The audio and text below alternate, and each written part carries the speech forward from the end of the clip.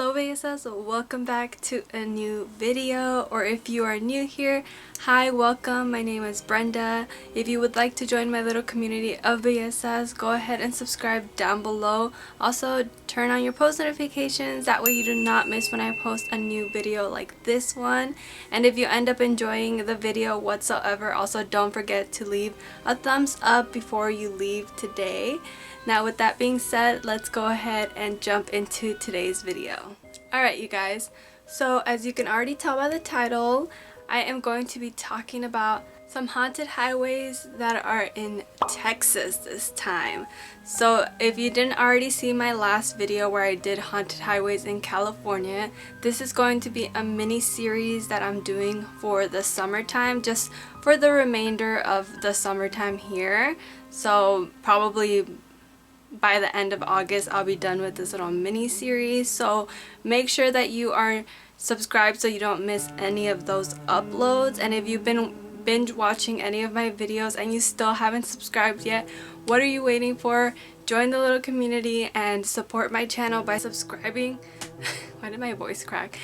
By subscribing down below. I would really appreciate it. I already said that in the beginning, so I just repeated myself. But alright, as always, I have some notes here that I will be looking at here and there. I do want to clarify something because I feel like I've gotten like a couple comments here and there asking about like when I pause and stuff, and most of it has to do with just me stumbling over my words, also looking down at my notes or gathering my thoughts or whatever it may be. There's always some reason for me, and also because I still have not gotten over my nerves of speaking in front of the camera. Like if you've never done this before, if you've never sat in front of a camera and just talked to it, it's not something you can easily get a hold of, which is kind of funny for people to criticize on when they've never, you know, uploaded or made a video themselves.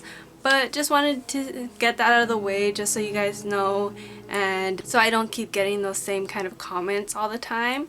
But yeah, anyway, I'm rambling too much in the beginning, I'm sorry. But let's go ahead and hit the road and check out our first haunted highway. The first one is a very short story, and this one is the US Highway 79 in Carthage, I think is how you say it, Texas. So there wasn't too much details when it came to this highway. I like looked all over Google. I went down to like page 11 and there wasn't really much other than a very small segment in an article that I found, and it basically said that Carthage was known for being a very safe town and nothing bad really happened very often.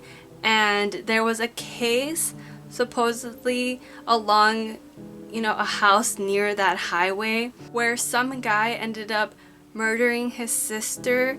I don't want to get too much into the details because it's supposed to be more about the hauntings, but he basically did that, and then he ended up drowning her in the bathtub along with some other things. And their house was like really nearby the highway in Carthage, Texas. And after this happened, it is said that there was a young couple that was driving through Highway 79 back in 2013 allegedly. And while they were driving past it, all of a sudden the girl said that she started to feel like she couldn't breathe, and so did the guy, and they ended up pulling over on the side of the road, and they still felt like something was happening. They felt really uneasy and they couldn't breathe, so they ended up turning the car around and speeding back the opposite direction until finally they were able to catch their breath. And the young man ended up saying that he actually, while he was driving, saw a figure walking towards them, and then the girl says that the whole time they just felt like they were drowning, or she described her experience as if they were underwater, if they had just submerged their entire car underwater. So that is what they basically say about this highway. Sorry, I don't know why my voice keeps cracking.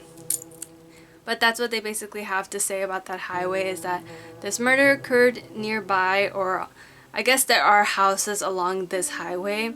And so whenever this apparition is in the area or in the vicinity of the highway and cars are driving past, sometimes they will feel like they're either drowning or like they're underwater, same thing, but they can't catch their breath. So that is what is haunting. It's either probably the sister that got murdered, or maybe it's the evil spirit of the guy who ended up killing his sister, and he just puts this sort of feeling into passerbyers. Is that a word? Passerbyers? Pass-byers?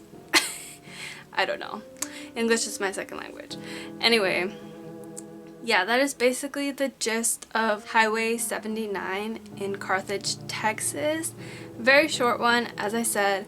Not a lot of information on it, but I still wanted to include it either way because, you know, why not? Okay, so our next spot is going to be Bragg Road, which is right off of Highway FM 787 in Saratoga, Texas.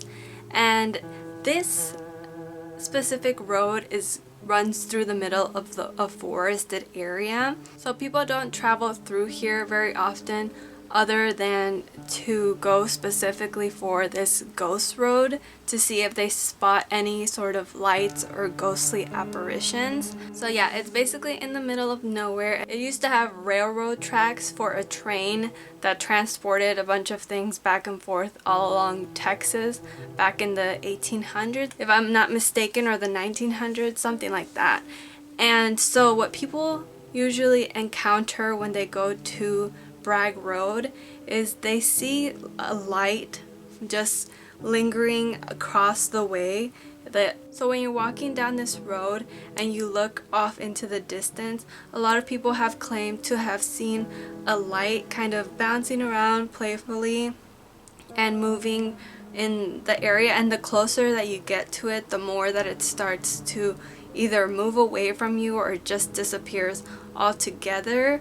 There have been a lot of people who have tried to debunk these lights, saying that it's either headlights in the distance or that it's swamp gas, where different chemicals in the forest kind of just combine together and create this sort of light that looks like fire but isn't fire, and it kind of moves around, which gives it that little playful sort of vibe to it. And people have also said that they just see apparitions altogether. There's a lot of noises going on in the outside right now for some reason, and I'm filming this at 11 p.m. I thought it would be a lot more quieter, but it's not. But anyway, so one of the stories that they tell here, that they even have a sign for, kind of giving you a backstory of this specific conductor, I think is what it was called, a conductor, that he drove the train back when it was still running and operating through that specific road. So it is said that he was driving the train at a very, very high speed, more than he should have been driving it at, and so the train ended up derailing off of the tracks, and the accident was so bad that he ended up getting decapitated. And so the legend behind this light that people witness when they go to Bragg Road is that it is the conductor with a lantern, and he is looking for his head in the road. Also, the other thing is with the same train, that it's just the light from the train kind of coming towards you as if it were on the road still. So that is one of the main stories. Also, they have like a little sign calling it Ghost Road, but apparently all of the locals just call it Bragg Road. It's mostly all of the tourists that come try to see this light that call it Ghost Road, and they're the same ones that claim to see all of the different apparitions as well. Now, the other story to go along is of a newly married bride who was staying at a hotel not too far up in Saratoga, and she ended up wandering off into the woods to take a walk. Why? I don't know, but I guess the first thing she wanted to do after getting to a hotel after she just got married was go out by herself into the middle of the woods and take a walk. So it is said that after she took a walk, her new husband was waiting for her in the hotel, and she never came back. He ended up just being like, okay, I'm just gonna go out and look for her, and he was carrying a lantern, and he went and walked into the woods trying to see if he could find her. And then after that, he also never came back home, and they never knew what happened to the newlyweds. And that is another part of the legend as to what this specific light that people see is. So it is also this husband looking for his missing wife, holding a lantern, and that is why people witness that light on Bragg Road. But yeah, that one was a creepy one. I actually really enjoyed reading up about that because I always just like finding out about different local legends in different states, even different countries and all of that. Everybody has a very good imagination and a good storytelling ability, but I really enjoy reading up on them and learning about them and then sharing them with you guys. And it would be really fun to go try and see these lights, you know, see if you actually end up seeing them. I think there's a few videos. If I do find any, I'll insert them now.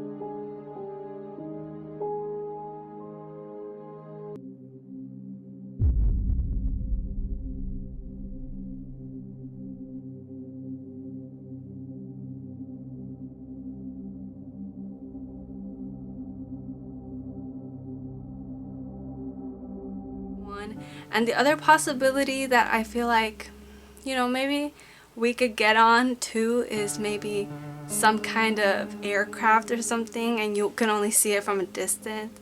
They're like low-key hiding in this wooded area. But I feel like with such a small road like that where everything is wooded, I feel like you would be able to see more than just a light. It would be like the whole aircraft. But anyway, that is going to be it for Bragg Road.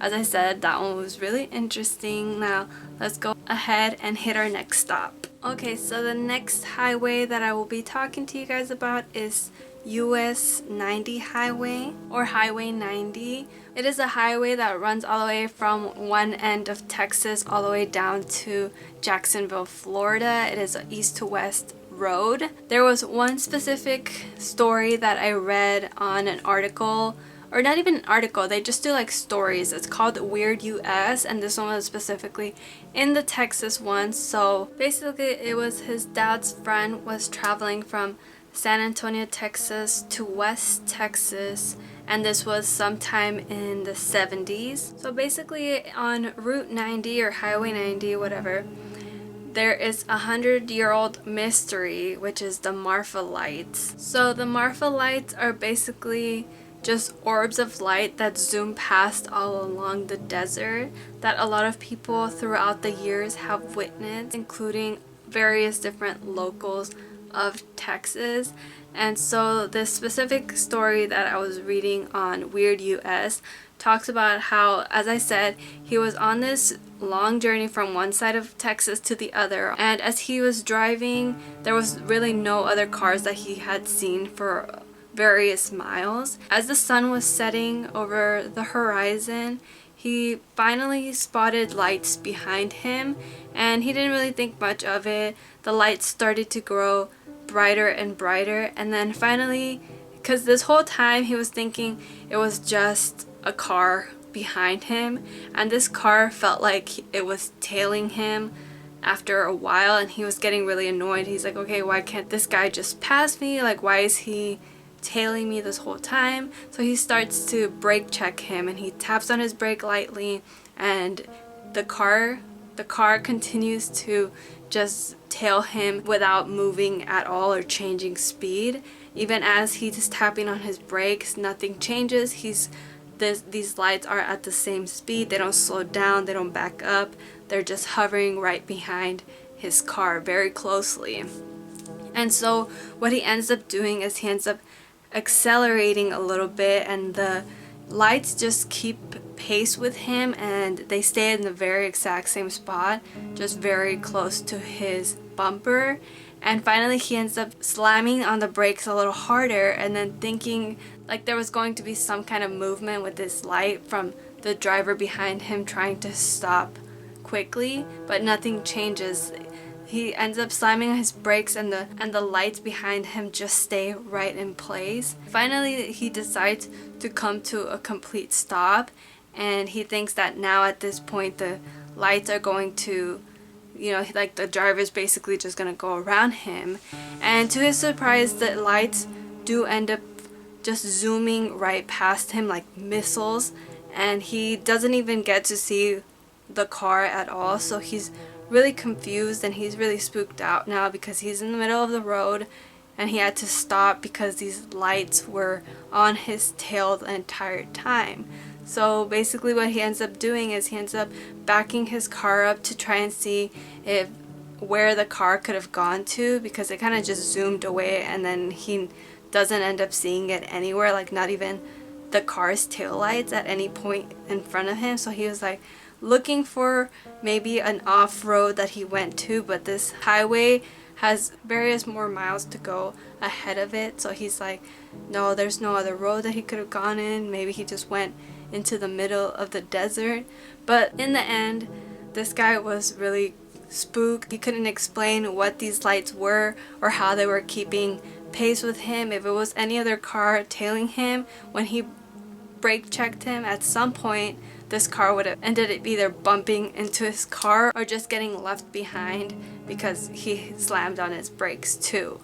So I thought that was a very creepy story to go along with this legend of Route 90, because a lot of people have witnessed these orbs of light, whether they be ghostly figures or some kind of UFO sighting. Whichever it may be, there is some sort of strange phenomenon going on in this specific highway that a lot of people have been able to see but can't explain. And that is basically how everyone explains these lights, is that they get really close to their car and they always end up thinking that they're headlights, but the way that they shoot out into different directions, they're like, there's no way that could have been a car. There's no way he could have, you know, gone from full stop to going 100 miles per hour off the side of the road and then just disappear in the middle of nowhere where you can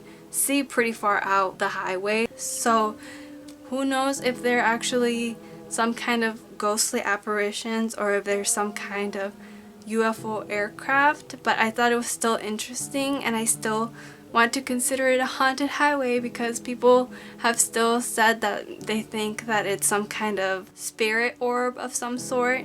So I thought that was really creepy, and I really liked reading that story on Weird US. I'm really glad that I found that website because they have a lot of fun stories for each of the states in the US. So yeah, that is going to be it for that one. Let's go ahead and move on to our next one. Okay, so next we're going to be talking about US Highway 281, which is a stretch of road south of Johnson City toward Blanco. This specific highway is said to be haunted by the spirit of a man who, in Johnson City on August 1885, he went on a murdering spree. Basically, he went and looked specifically for a gun that held 12 rounds of ammunition so he could complete his murdering spree for whatever reason.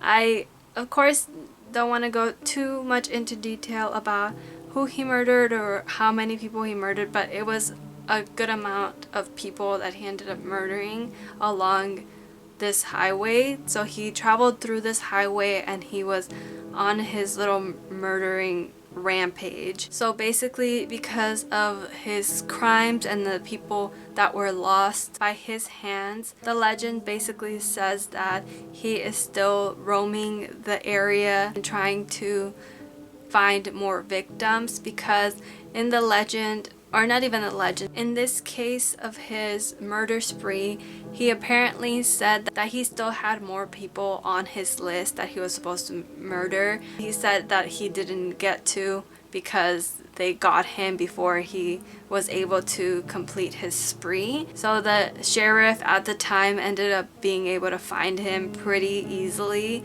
So they ended up taking him to a jail in Blanco and they held him there until his trial. And so after his death is when people started spotting an apparition, which they later would find out was Al Lackey or Lakey, I don't really know which way you pronounce it, but they see him trying to hitchhike basically, and people will pull over thinking that he's just a regular hitchhiker until they see that he isn't actually a real person. Okay, one detail that I forgot to mention was that before he did get caught by the sheriff, for some reason they don't really know if he was trying to kill himself or not, but he ended up cutting his throat, and then right after that he put a bandana over it, so it was all bloody because he was trying to stop the bleeding. So maybe he chickened out or something. But not long after that is when the sheriff found him, and then they first took him to get his wounds, you know, patched up. So the way that some of these stories go is that people are driving along Highway 281, just minding their own business, listening to music on the radio, and all of a sudden they see a man trying to hitch a ride. They see him with his, you know, his little thumb trying to get somebody to stop for him, and a lot of people will just pass by him and not even bother trying to pick him up. But the very few people who have felt compassionate enough to stop for this man say that they pull up to him and he doesn't approach their car immediately, so they roll the window down and they're like, hey, you need a ride, and he doesn't respond. So many of them will either leave right after this, or they'll continue trying to get his attention and asking if he needs a ride. And this is when they say that he approaches the window and they immediately see that he's wearing a bandana on his neck and there's blood all over it.